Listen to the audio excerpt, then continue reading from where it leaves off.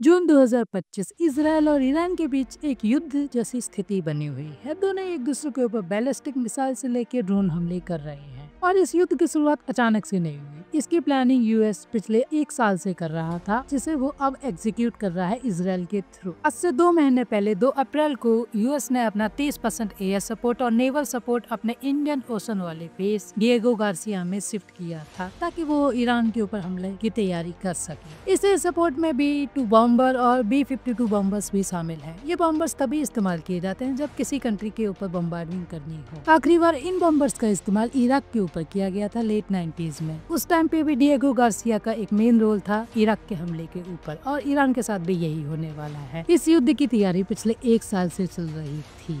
सारी secret agency information gathering में लगी हुई थी ईरान के न्यूक्लियर प्रोग्राम की, जिसमें ये पता लगा कि इस साल ईरान अपना न्यूक्लियर बॉम्ब टेस्ट करने वाला है। तो इसी को देखते हुए इजराइल ने अपना पहला हमला कर दिया, ताकि ईरान का न्यूक्लियर प्रोग्राम पॉज हो जाए या स्थगित हो जाए। और आप ये जरूर सोच रहे होंगे इजराइल को क्या लेना देना ईरान के न्यूक्लियर बम से, और दोनों देश तो बॉर्डर भी से नहीं करते, तो खतरा किस बात? खतरा है ये इजराइल के एग्जिस्टेंस का सवाल। जब ईरान के अंदर लेट 70s में इस्लामिक रिजीम आई थी, तो वहाँ के सुप्रीम लीडर जो अभी भी है, उनने साफ साफ कहा था कि वो इजराइल को धरती से मिटा देंगे, इजराइल का नामो निशान मिटाना चाहते हैं। तो इसी को देखते हुए इजराइल के लिए ये एक बहुत बड़ा खतरा है। अगर ईरान पे न्यूक्लियर बम आ गए तो इजराइल के ऊपर हमला जरूर करेंगे। तो इसी को देखते हुए इजराइल अपने एग्जिस्टेंस को बचाने के लिए ईरान पर पहले हमला कर रहा था कि वो उन्हें न्यूक्लियर प्रोग्राम में आगे बढ़ने से रोक सके। और इस सब के बीच यूएस कहाँ था? यूएस को क्या लेना देना इजराइल और ईरान के युद्ध से? जैसा कि ट्रंप ने इंडिया और पाकिस्तान के युद्ध के दौरान कहा था कि हमें कोई लेना देना नहीं, दोनों समझदार कंट्री है। तो यहाँ पे भी ट्रंप ऐसा कह सकते थे, लेकिन उन्होंने नहीं कहा। उन्होंने साफ साफ ईरान को वार्निंग दी है कि अनकंडीशनल सरेंडर कर दो, वरना हम तुम पे इतने बम।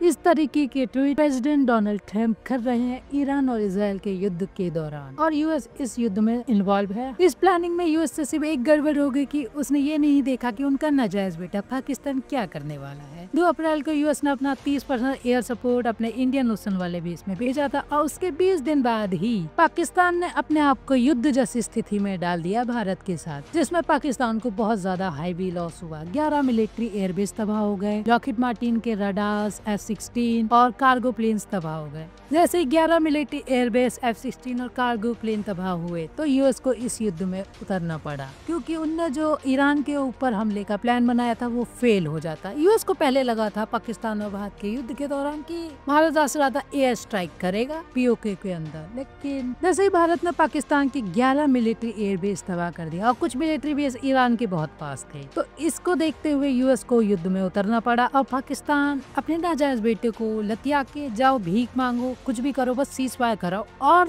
नुकसान नहीं होना चाहिए मिलिट्री एयरबेसिस का, क्योंकि उन्हें ईरान पे हमला करना था, जो दिख भी रहा है। पाकिस्तान के एयरबेसिस और पाकिस्तानी एयरफोर्स का इस्तेमाल किया जा रहा है ईरान के ऊपर निगरानी रखने के लिए, और वो सारी इंफॉर्मेशन कहाँ जा रही है? यूएस, मतलब पाकिस्तान के स्टेप फादर के पास। इस हिसाब से स्थिति लग रही है यूएस बहुत जल्दी ईरान के ऊपर हमला कर देगा इजराइल की मदद से, और वहाँ पे एक अपनी पपेट गवर्नमेंट बैठा देगा। फिर वो अपने मिलिट्री एयरबेसिस बनाएगा ताकि वो रशिया और चाइना पे नजर रख सके। अब तो भारत पे भी उसे नजर रखनी ही पड़ेगी। उनकी 11 मिलिट्री एयरबेस तबाह की हमने। आपके क्या विचार है? आप कमेंट में मुझे बता सकते हैं। चैनल पर नए हो तो सब्सक्राइब करिए, लाइक करिए, और चाहे तो शेयर भी कर दीजिए।